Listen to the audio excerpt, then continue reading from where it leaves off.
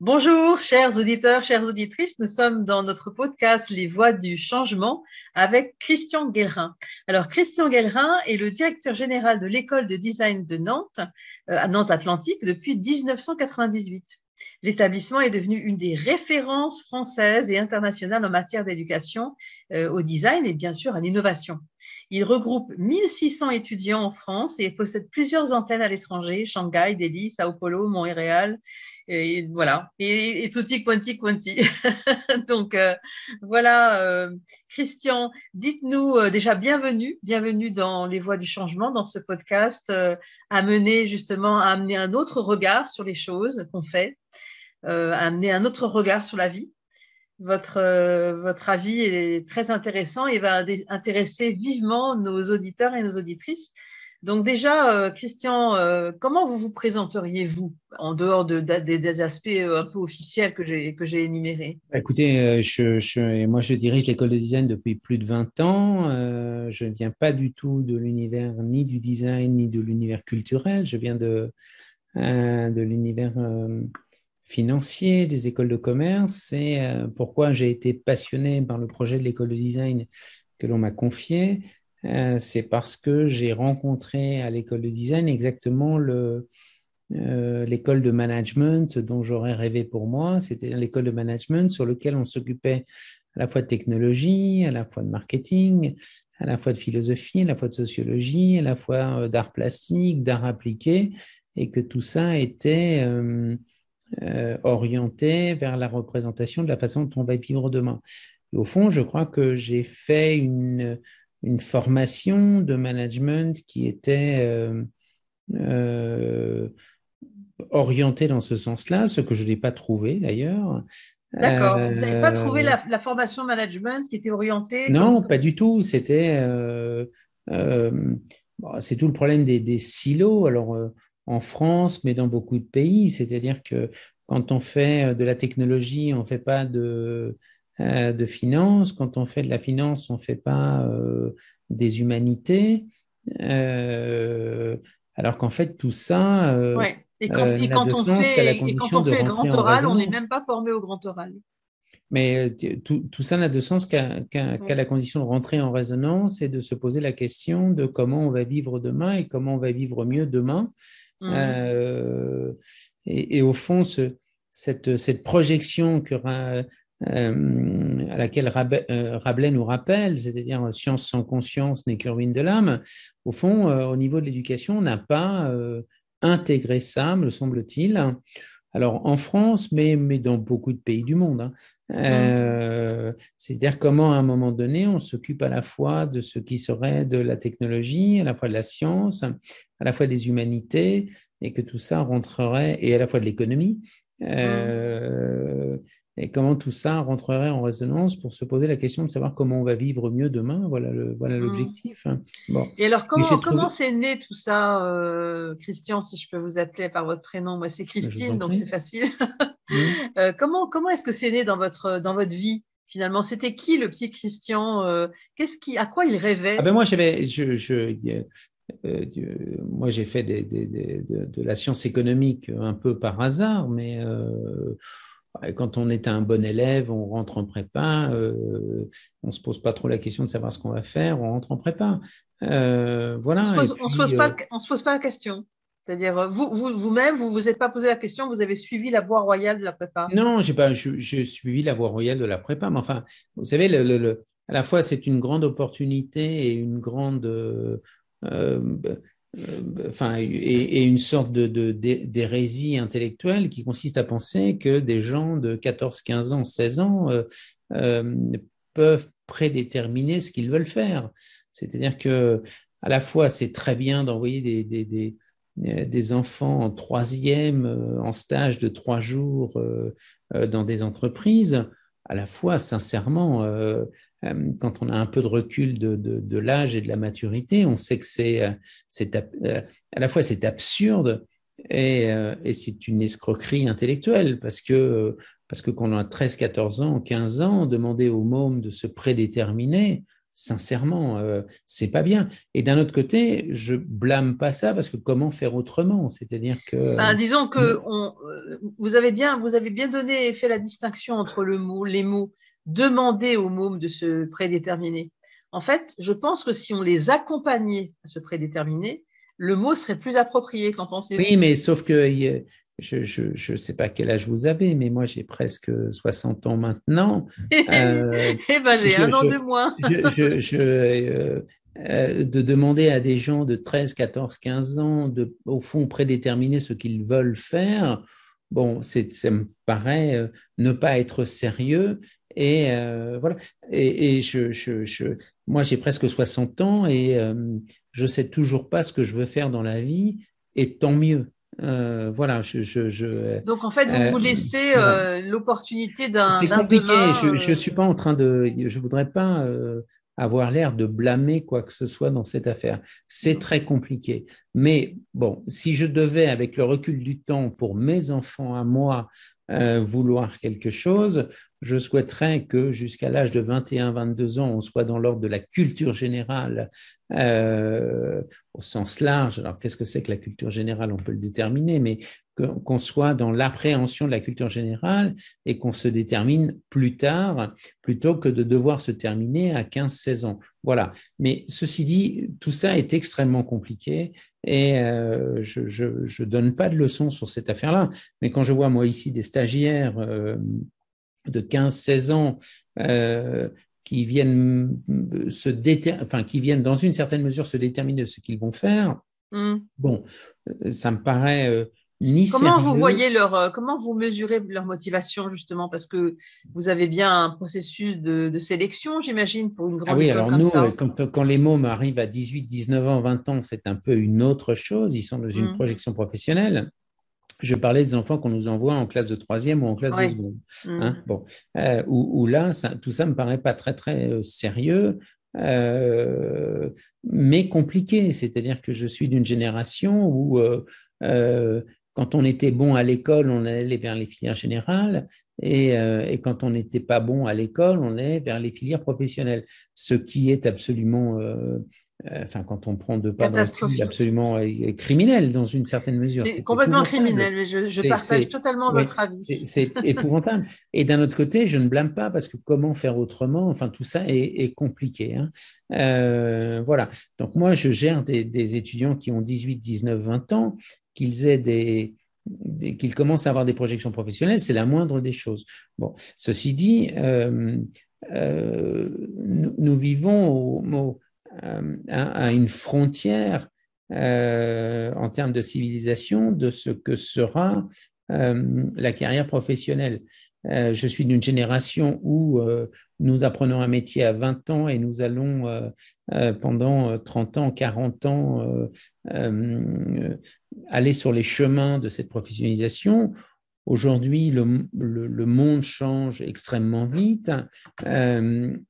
Tous les 3 ans, n'importe quelle entreprise est capable de vous dire qu'elle va changer de métier. Donc, apprendre. C'est vrai que tout le monde fait tout et n'importe quoi. Maintenant, la banque vend des téléphones, les téléphones vendent des banques. Enfin, je veux dire, c'est très étonnant le monde Oui, dans c'est lequel pas on tout et vit. n'importe. Enfin, je dirais pas ça comme ça. Je dis que je dis on doit s'adapter à l'occasion de changer de métier tous les 3 ou 4 ou 5 ans, et que, au fond, ça passe non plus dans la capacité à être techniquement performant, ce qui est important, mais plutôt à la capacité à s'adapter en permanence. Et s'adapter en permanence, c'est probablement une certaine forme d'état d'esprit.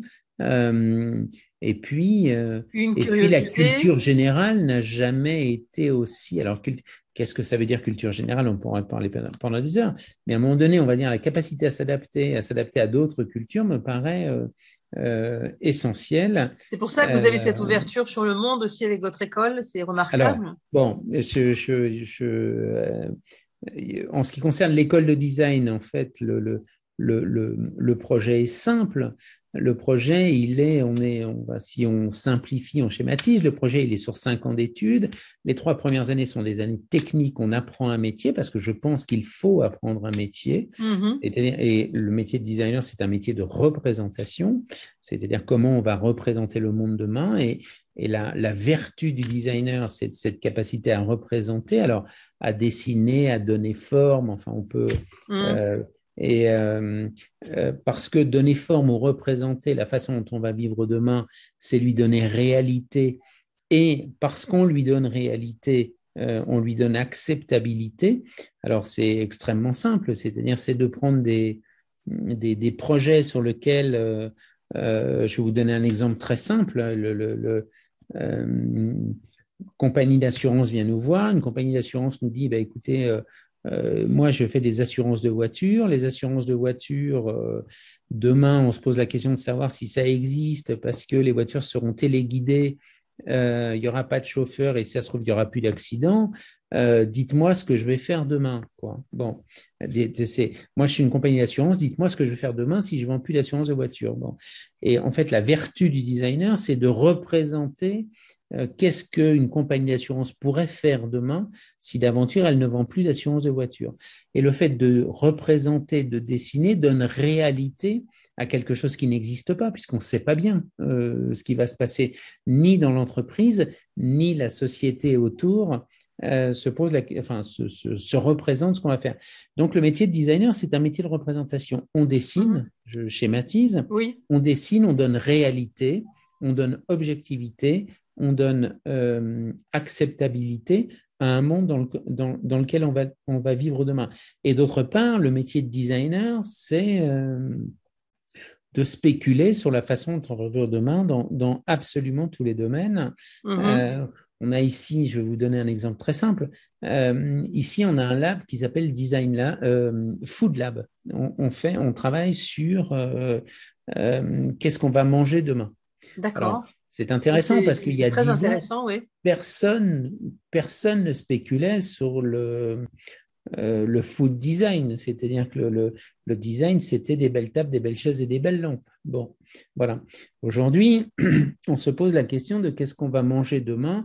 Un designer se pose la question de qu'est-ce qu'on va manger demain et représente ce qu'on va manger demain pour le rendre acceptable. C'est extrêmement simple. Vous avez une crevette, vous avez un cafard. Une crevette, c'est très, très vilain, une crevette, quand vous la regardez. Un cafard, c'est très, très vilain. Il ne vous pose aucun problème de manger une crevette.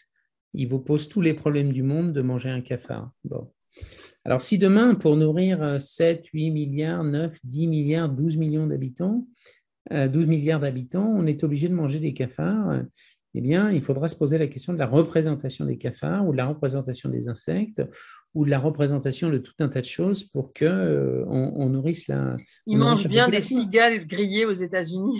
On commence à manger un certain nombre d'insectes, mais bon, le problème du food design se pose en termes d'insectes. Le sujet est un peu schématique et caricatural, mais on lit que 60 ou 70% des légumes et des fruits comestibles sont détruits. C'est-à-dire parce qu'ils sont moches, parce qu'on ne mange pas la peau, parce que ceci, parce que cela, etc. Bon, comment à un moment donné on réfléchit quelque chose d'une autre nature si d'aventure on était contraint de nourrir 8 milliards, 10 milliards. Et le problème du food design, c'est aussi la distribution. La distribution est en train d'évoluer.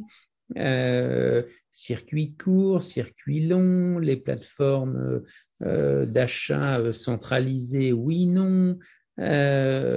Les jardins ou les potagers captifs dans les immeubles, le packaging recyclable, voilà tout un tas de problématiques autour du food design sur lesquels on se pose la question de comment on va vivre différemment demain compte tenu des contraintes. C'est très intéressant ce que vous nous partagez en fait, parce que c'est vrai que a priori, on voit une école de design pour du design d'une table, d'une chaise, d'une automobile, d'un objet de ce type. Bien sûr. Et c'est vrai que le fait de parler de food design, c'est complètement innovant, on va dire.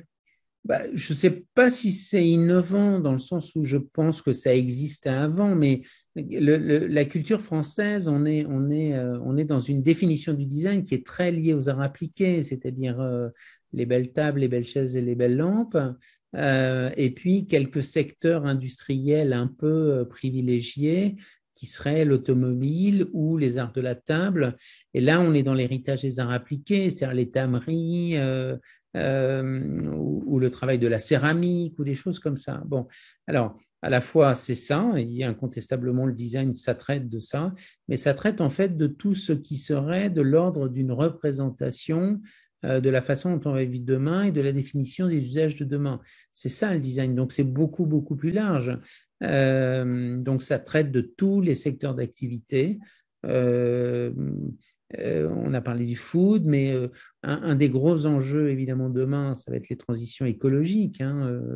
C'est-à-dire comment on va passer d'un monde un peu dispendieux où on a utilisé ce qui est des choses de la nature à un monde un peu plus frugal où on va non seulement protéger, mais sauver les choses de la nature, ce qui est un peu nouveau. Historiquement, parce qu'on n'a jamais fonctionné comme ça. Demain, il y a des choses au niveau du digital et des robots qui me paraissent des choses fondamentales qui sont qu'est-ce que c'est qui est de l'ordre de la définition même de ce qu'est être humain dès lors qu'il y aura des robots et qu'on aura rendu ces robots intelligents et capables d'émotion. Je vais vous donner un exemple très simple sur les robots. Demain, vous perdez vos deux jambes parce que vous avez un accident de voiture, on vous greffe deux jambes bioniques.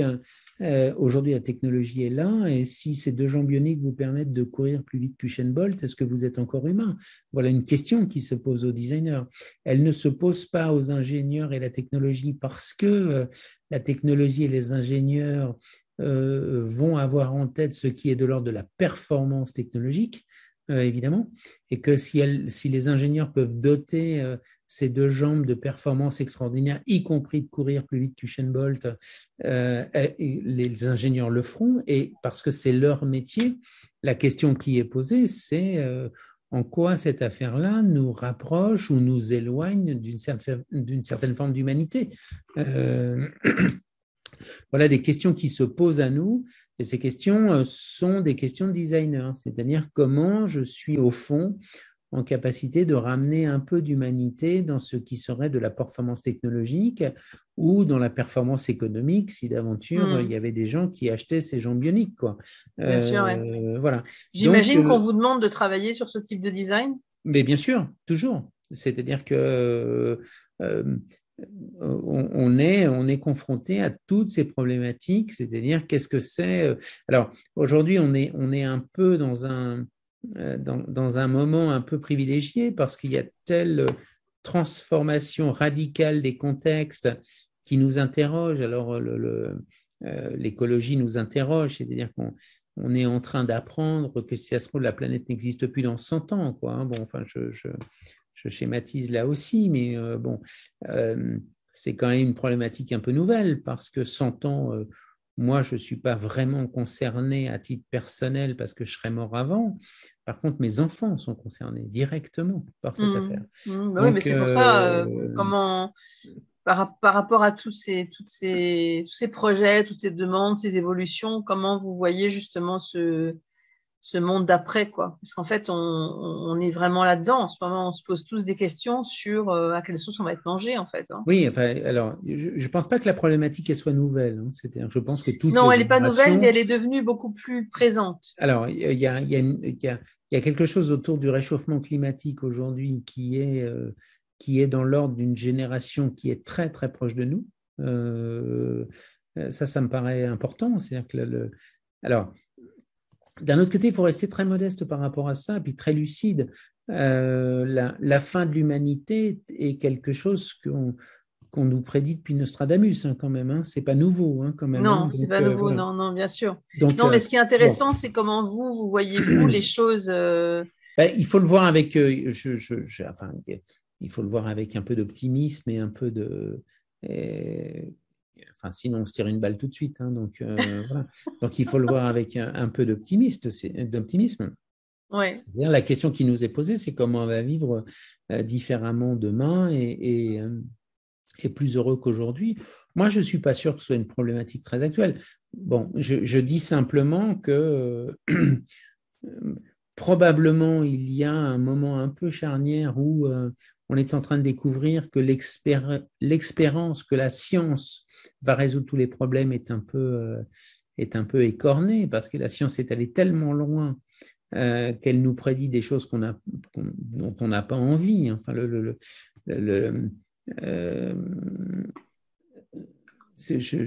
les OGM, les OGM, les organismes génétiquement modifiés, c'est absolument formidable parce que c'est extraordinaire dans une acception optimiste qui consiste à penser qu'on va pouvoir faire pousser du riz dans le désert. Si on peut faire pousser du riz dans le désert, on va pouvoir nourrir 10 milliards, 11 milliards, 12 milliards d'habitants.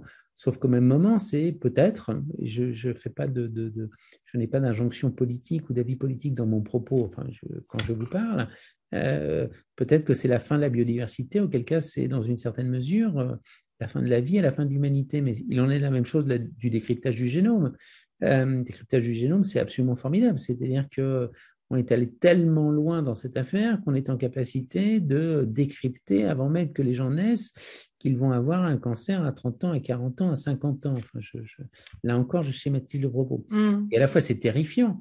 C'est terrifiant parce que c'est peut-être le premier pas de la sélection génétique et qu'on a déjà connu dans l'histoire, parce que c'est un vieux fantasme. Hein, et je ne parle pas là du nazisme, je parle de Frankenstein, qui est bien avant, de la sélection génétique.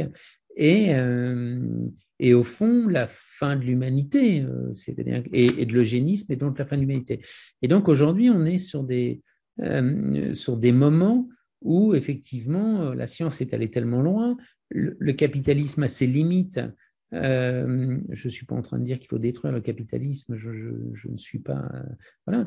Mais le capitalisme a ses limites parce que le capitalisme globalisé, on voit bien les limites du capitalisme qui est à la concentration de la richesse et donc à l'augmentation du gap entre ceux qui seraient très très riches et ceux qui seraient très très pauvres. Et on a bien compris ça. Voilà. Donc on est à un moment donné un peu charnière où il faut peut-être se poser les questions différemment. Et ce qui est intéressant, là, la période dans laquelle on vit, je pense qu'on vit dans une période charnière où le fait de sauver la planète nous ramène à des réalités qui au fond sont à la fois scientifiques, à la fois économiques, mais surtout à une responsabilité sociale qui serait une certaine forme de frugalité ou à faire attention. C'est-à-dire qu'on ne peut plus se comporter, je pense, comme on s'est comporté. Et puis, l'arrivée des robots va nous poser la question de ce qu'est notre propre humanité. C'est-à-dire, qu'est-ce que c'est qu'être humain dès lors que les robots seront plus intelligents que nous? Alors, quand je dis intelligent, on peut... Vous designez des robots chez vous, là, dans votre école? On travaille avec des robots, évidemment. Ouais. On travaille avec des robots. Oui, on est sollicité en permanence pour travailler avec des robots. Alors, le problème, c'est que c'est extrêmement compliqué, cette affaire. C'est-à-dire, est-ce que le robot va aider les gens qui travaillaient à moins travailler, ou est-ce qu'ils vont remplacer leur capacité ils vont remplacer les gens qui travaillaient et faire en sorte que le travail soit moins pénible, ou alors est-ce qu'ils vont se substituer à l'humanité pour au fond devenir plus intelligents que nous. Vous savez, j'en travaille en ce moment avec une entreprise qui fait des avatars, des avatars virtuels. C'est-à-dire que vous rentrez dans une cabine, vous êtes photographié 350 fois devant, derrière, et puis 5 minutes après, vous avez votre avatar virtuel. C'est-à-dire sur une clé USB, vous avez votre mini-moi virtuel articulé. Bon. Et ça sert à quoi? Ben écoutez, ça sert à quoi? Ça sert au fait que demain, plutôt que d'aller essayer vos chaussures, vos chemisiers, vos pantalons, votre maillot de bain dans les magasins dans lesquels vous alliez. Si tant est que vous n'ayez pas pris 30 kilos depuis. Ah ben oui, mais sauf que vous allez pouvoir renouveler votre avatar à la faveur D'accord. de Ouais, votre c'est très fun, voilà. ça. Mhm. Et d'ailleurs, la question qui va vous être posée, c'est de savoir dans quelle mesure vous voulez que votre avatar vous ressemble, parce que c'est la question. Hein. Je- je- En Chine, moi, je travaille avec beaucoup d'étudiants chinois, où les étudiants chinois, il y a un monde entre la photo qu'ils nous envoient dans leur dossier de candidature et ce qu'ils sont réellement. C'est-à-dire que, Mhm. bon, Ça veut euh, dire qu'elle a été trafiquée, elle n'a pas été remodelée. trafiquée. Oui, mais trafiquée, c'est un terme pas très. Non, ils ont souhaité donner une image d'eux qui est différente, Oui, enfin, qui est avec les plus logiciels avenante que celle qui est. de remodelage de photos, maintenant, on peut faire plein de choses, c'est sûr. Exactement. Mais bon, oui, mais enfin, pour autant, est-ce que c'est blâmable ou pas, j'en sais rien. Écoutez, j'en sais rien. Non, Euh, je veux dire, là n'est pas la question.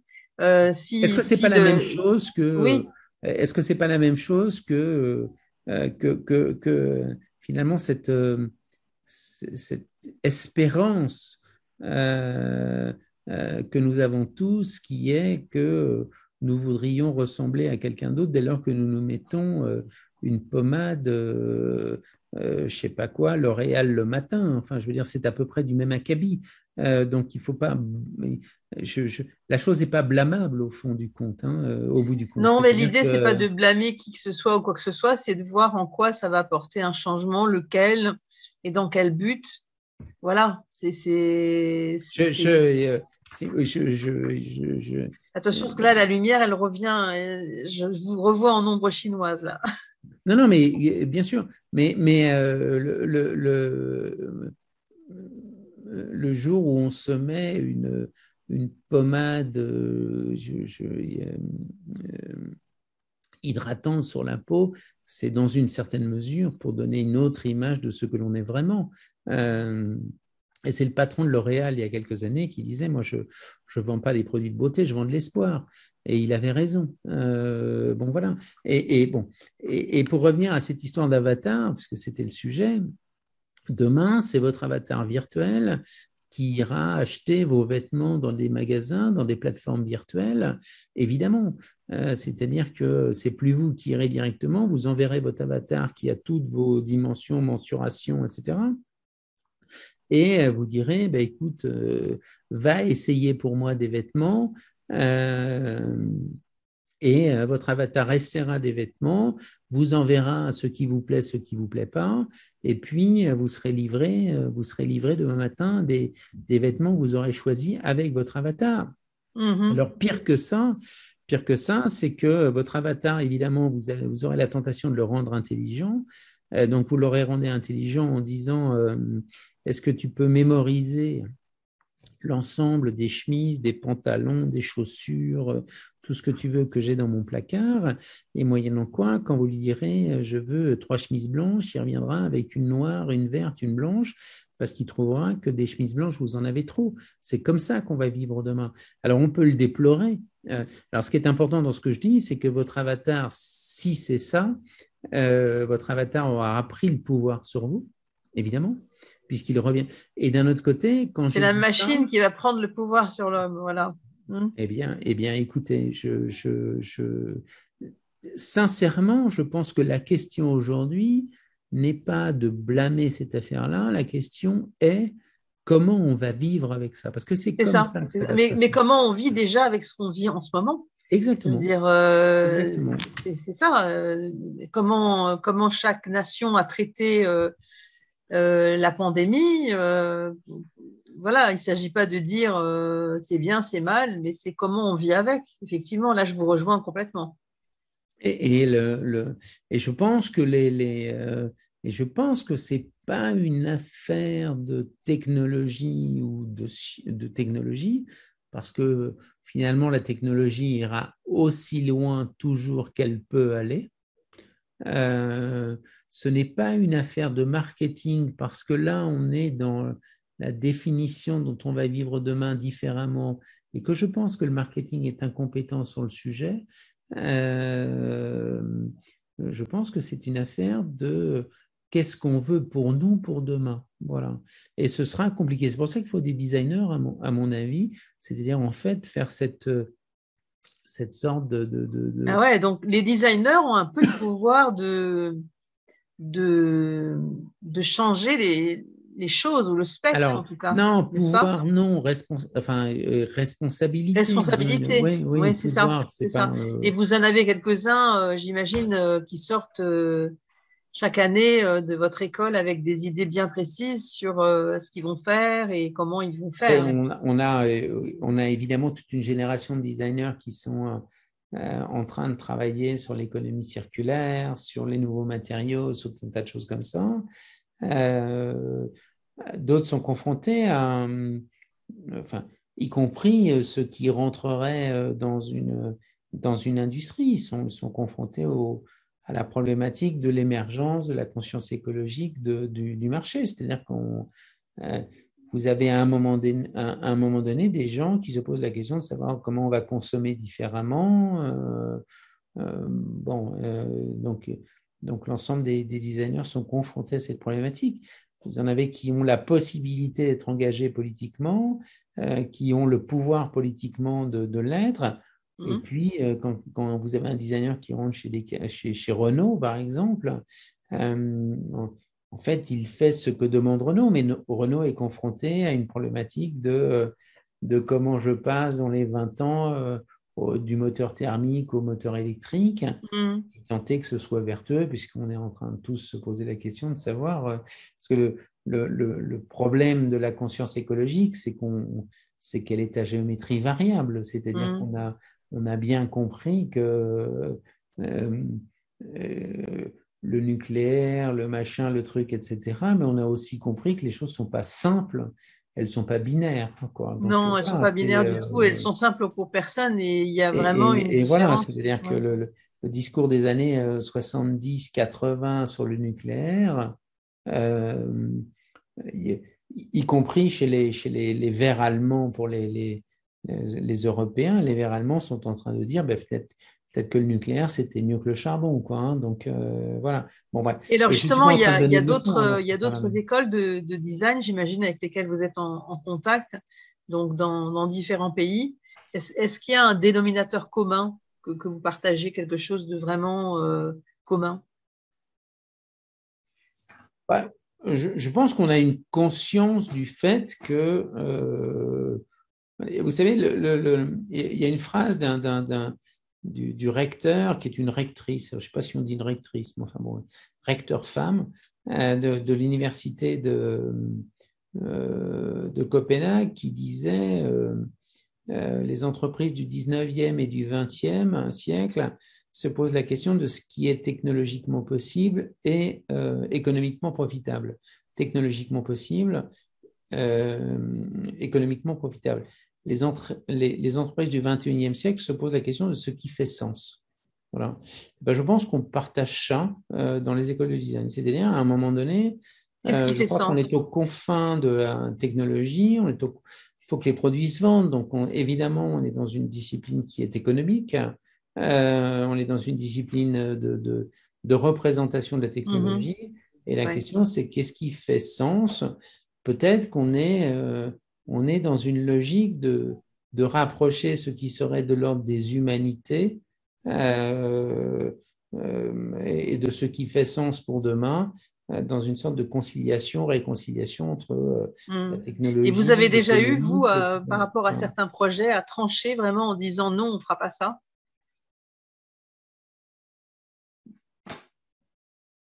Je sais. Oui, enfin, il y a des oui, ça nous est arrivé, mais c'est extrêmement compliqué. Hein. Oui, ah ben, je veux me bien souviens vous d'une croire, mais c'est pour polémique. ça que je vous pose la question, Alors, parce que je me souviens. Alors, ça va je vais répondre intéresser les auditeurs et les c'est très auditrices compliqué. des voix du changement. On a une polémique dans toutes les écoles de design aujourd'hui parce qu'on est extrêmement sollicité par les entreprises de numérique, de data,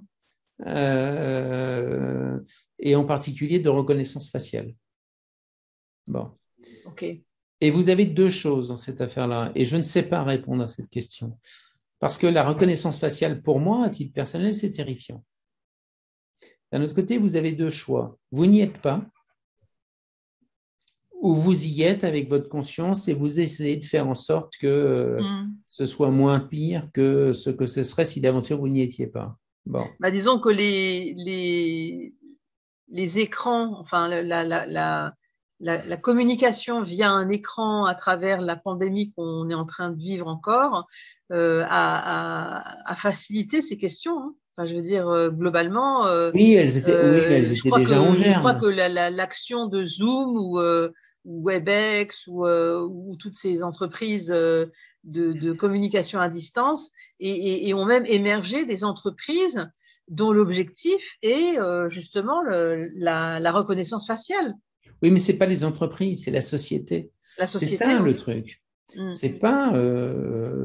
Moi, je blâme pas les entreprises de faire sans qu'on leur demande. C'est la société qui leur réclame ça. C'est-à-dire, si personne leur achetait ça, ils n'en feraient pas. Donc en fait, la société, c'est vous, c'est moi, au bout du compte. Ouais. C'est-à-dire en fait, on est exactement dans la même équation que si la majorité des Français ne demandaient pas de la daube, entre guillemets, pour certaines chaînes de télévision françaises, eh bien, la daube n'existerait pas sur certaines chaînes. Ben, moi, je pense que on peut. Sincèrement, je vais vous dire un truc. Moi, j'ai écrit un article là-dessus. Moi, la responsabilité sociétale des entreprises, pour moi, c'est bullshit. C'est-à-dire que c'est bullshit cette affaire-là. C'est-à-dire que pour une raison très simple, c'est que je suis un enfant d'une économie capitaliste comme vous, c'est-à-dire qu'on n'a connu que ça pendant 150 ans. Une entreprise, elle ne vend pas les choses par devoir, une entreprise, elle vend les choses par intérêt. Et elle ne fait que répondre à un marché qui lui demande ça. C'est-à-dire que moi, je crois pas demain matin à une entreprise vertueuse qui nous expliquerait qu'elle vendrait des produits par devoir. C'est n'importe quoi cette affaire-là. Une entreprise, elle vend que des produits par intérêt, évidemment. Et si demain matin on lui demande de l'écologique, elle fera de l'écologique. Mais si le PDG monte sur l'estrade en disant j'ai décidé de faire de l'écologie, mais c'est pas vrai. Il a décidé de faire de l'écologique par intérêt, pas par devoir. Donc les choses sont assez Toutes claires. les choses se font par intérêt, effectivement. Moi Pas qui ai toutes les choses, enseigné, j'ai fait 5 tours du monde de conférences sur la négociation et l'influence. Je peux vous dire que si l'autre n'a pas intérêt à négocier avec vous, vous pouvez faire la danse du ventre, la mort du cygne au violon, hein, comme le font certains, et il n'y a rien qui marche. Hein. Mais vous savez, tout est drivé par l'intérêt, on est d'accord. C'est la parabole de Kant. C'est Kant qui dit dans Métaphysique des mœurs. Il cite l'exemple du cordonnier qui se rend compte qu'il peut voler ses clients et qui finalement décide de ne pas les voler. Et pourquoi il décide de ne pas les voler? Il décide de ne pas les voler parce qu'il dit si je les vole, ils ne reviendront jamais. Alors que si je ne les vole pas, ils reviendront. Et Kant, de conclure, il dit, mais finalement, le petit cordonnier, il ne fait pas ça par vertu, il fait ça par intérêt. C'est une évidence. Et l'entreprise au sens économique du terme, fait les choses évidemment par intérêt, pour générer de la valeur ajoutée. Et donc, autrement dit, les gens ne font pas ça vertu, ou les entreprises ne font pas ça par vertu. Et celles qui vous racontent qu'elles auraient un tournant ou une responsabilité sociétale, etc. Enfin, c'est absolument n'importe quoi. En revanche, c'est que de l'intérêt économique derrière. En fait, c'est du greenwashing, comme on dit. Oui, enfin, je ne sais pas trop comment ça s'appelle. En revanche, qu'il y a... c'est comme ça qu'ils le disent, hein, ceux qui sont... Oui, mais c'est pas... moi, moi, quand je vois des patrons de grandes distries, les plus grands monter sur l'estrade en nous racontant des histoires sur la responsabilité sociétale, ça me fait marrer. Enfin, je veux dire, c'est pas... on a envie de leur dire, vous savez, je suis d'une génération où dans les années 70, les caddies faisaient tant de centimètres cubes, etc.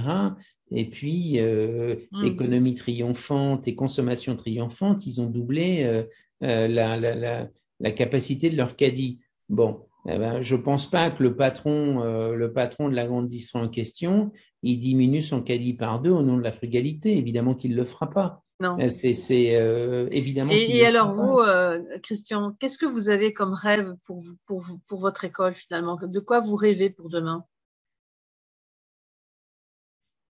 Alors, moi, je rêve. Moi, ce que je souhaiterais pour mes étudiants, c'est pas, enfin, c'est pas un rêve. J'ai pas de rêve pour mes étudiants. J'ai des Enfin, choses vous que je avez mets des en place. souhaits, vous Non, avez oui, des alors projets. voilà. Moi, je pense que le métier de designer est un métier à la fois technique. On apprend à représenter la façon dont on va vivre demain, et ça, c'est technique. Il faut apprendre à dessiner, l'infographie, enfin des choses comme ça, apprendre Mhm. à représenter. Ça, je pense qu'il faut le faire dans son pays d'origine. Euh, et je pense que quatrième et cinquième année, il faut aller découvrir le monde. C'est-à-dire qu'il faut aller vivre euh, des cultures à l'étranger et se rendre compte, ce dont les gens dans ma génération ne se rendent pas compte, c'est que la France n'est pas au centre du monde. Voilà, ça Ah bah c'est un ça, truc important. Oui, c'est clair. mais Est-ce que nous, vous on a aviez, appris ça vous arrive parfois, Christian, d'avoir des personnes qui sont, on va dire, en reconversion, qui viennent vous voir en disant, très je veux peu. reprendre des études de design? Non, très peu, parce que le système français est pas facilitant pour cette affaire-là. D'accord. Le système français, c'est je fais mes études entre 18 et 23 ans, et puis, et si d'aventure j'ai 35 ans, tout est compliqué, quoi. Donc voilà. Et alors, tout est compliqué. Alors en plus, aller vivre la globalisation, le monde, quand on a 35 ans, qu'on est marié, qu'on a deux enfants, c'est totalement impossible, quoi. Donc, c'est impossible. C'est C'est pas compliqué, on va facile, dire ça non? comme ça. C'est plus, on va Non, dire non, que mais c'est moins c'est simple. compliqué. Ouais. C'est compliqué. Donc, moi, ce que je souhaite, c'est que mes étudiants, effectivement, aillent découvrir le monde, euh, parce qu'on vit dans un monde globalisé, parce qu'on se rencontre avec le relativisme des cultures. C'est-à-dire que moi, je suis né dans un pays où j'étais persuadé que la France était au centre du monde. Euh, parce que quand je regardais la planisphère qui a été faite au 19e siècle pour servir les intérêts de l'Occident et que je regardais le méridien de Greenwich, je disais la France est au centre du monde. Alors qu'en fait, il suffit d'aller dans d'autres pays pour savoir que la France n'est pas au centre du monde. Et d'un autre côté, on a une chance extraordinaire en France, c'est qu'on est quand même historiquement comme considéré un des pays de la culture, sinon le pays de la culture, la langue de la culture. Et donc, on a beaucoup d'atouts à faire jouer sur cette affaire-là et qu'il nous reste beaucoup de lustre. Mais que mes étudiants aillent à l'étranger pour se rendre compte à la fois que il y a d'autres cultures, d'autres choses et qu'il faut s'enrichir de l'autre, à la condition que tout ça enrichisse notre propre identité. Moi, je dis à mes étudiants, et je dis la même chose aux étudiants chinois quand je les reçois, nous vivons dans un monde global. Le pire qui pourrait vous arriver, c'est de devenir un designer global. Non, il faut que vous deveniez un designer français dans un monde global et un designer chinois dans un monde global. C'est-à-dire qu'en fait, la question qui vous est posée, c'est comment vous tirez de votre propre identité Mhm. quelque chose qui serait différenciant dans un monde global. Bon, donc je crois beaucoup. Alors, les discours identitaires sont sujets à caution en ce moment, j'en suis parfaitement conscient, mais il y a quand même quelque chose de l'ordre de ça. C'est-à-dire que nous vivons dans un monde global où le pire qui pourrait nous arriver, c'est de devenir tous pareils, quoi. Et comment on Ouais. devient au fond différent dans un monde global et comment on affirme sans exclure, alors je suis conscient que l'identité exclut, mais ça me paraît extrêmement important, c'est-à-dire comment à un moment donné je défends une identité Et c'est ça que vous dans auriez un monde envie de global. dire à nos auditeurs et à nos auditrices des Voix du changement en conclusion. Ben, je pense C'est qu'il y a, oui, il devenons y a quelque uniques chose de dans un cet monde ordre-là. global. Alors, c'est difficile de tenir ce discours en ce moment parce qu'il y a des tas de conjectures politiques, assimilation, machin, etc., etc. Tout ça est extrêmement compliqué. Mon discours, il n'est pas ni agressif, ni discriminant, ni rien du tout. Mais c'est de dire, nous avons tous quelque chose à défendre au terme de notre identité, de notre culture. qu'elle vaut pas plus, pas moins que la culture de l'autre, et à un moment donné, s'enrichir, c'est d'accepter la culture de l'autre et s'enrichir de la culture de l'autre. Voilà ce que je souhaite. Alors tout ça est évidemment compliqué, et puis chacun vit ça un peu. Non, mais bon, c'est très intéressant. En tout cas, c'est passionnant, votre vision et d'avoir partagé. Merci beaucoup d'avoir partagé Il y a une phrase effectivement de. aussi le design Il y de a un la poète food. breton, il y a un poète breton qui s'appelle, enfin poète, écrivain, qui a été un des premiers à faire l'exégèse de la culture bretonne au XXe siècle, qui s'appelle Père Jacques Ezélias, qui avait écrit un bouquin qui s'appelait Cheval d'orgueil. Il a dit un truc, il y a en Bretagne, moi je ne suis pas breton, hein, mais je reprends ses propos. Il avait dit, avant de devenir quelqu'un, on vient de quelque part. Avant de devenir quelqu'un, on vient de quelque part. Ben, écoutez, je pense que c'est important de témoigner de là d'où on vient et partout où l'on va, à la condition d'avoir la présence d'esprit et la culture qui nous permet de n'exclure personne et au fond de s'enrichir, de considérer que la culture de l'autre nous permet d'enrichir notre propre culture. Et voilà, bon, voilà. Bah, écoutez, Christian Gallery, on passerait bien quelques heures encore à vous écouter, hein. Merci C'est beaucoup. tellement passionnant tout ça que c'est vrai on pourrait en parler pendant des heures. Moi, je suis aussi passionnée par le design. J'ai fait l'école des beaux-arts. J'ai pas du tout orienté ma carrière là-dedans après, mais ça m'a beaucoup aidé en fait. Le fait d'avoir cette vision artistique sur le monde, finalement, m'a aidé à faire d'autres choses. Et je pense que c'est un peu ce que vous enseignez à vos étudiants. C'est finalement, Oui, c'est garder cette unicité, mais dans un monde global. exactement. En tout cas, Merci Christian beaucoup. Gallerin, merci mille fois. Alors, dites-nous comment faire pour vous joindre, parce que nos auditeurs auront peut-être envie Alors de moi, vous envoyer un message. vous faites Christian Guélerin sur Google et vous allez trouver Voilà, Christian Gallerin, G-U-E, deux deux L-E, L, R-I-N, voilà. R-I-N, voilà. Et vous allez trouver mes mails, mes téléphones, etc., etc. Voilà. Très bien. En tout cas, merci Je vous en pour cet prie. instant de partage absolument passionnant, Merci fascinant beaucoup.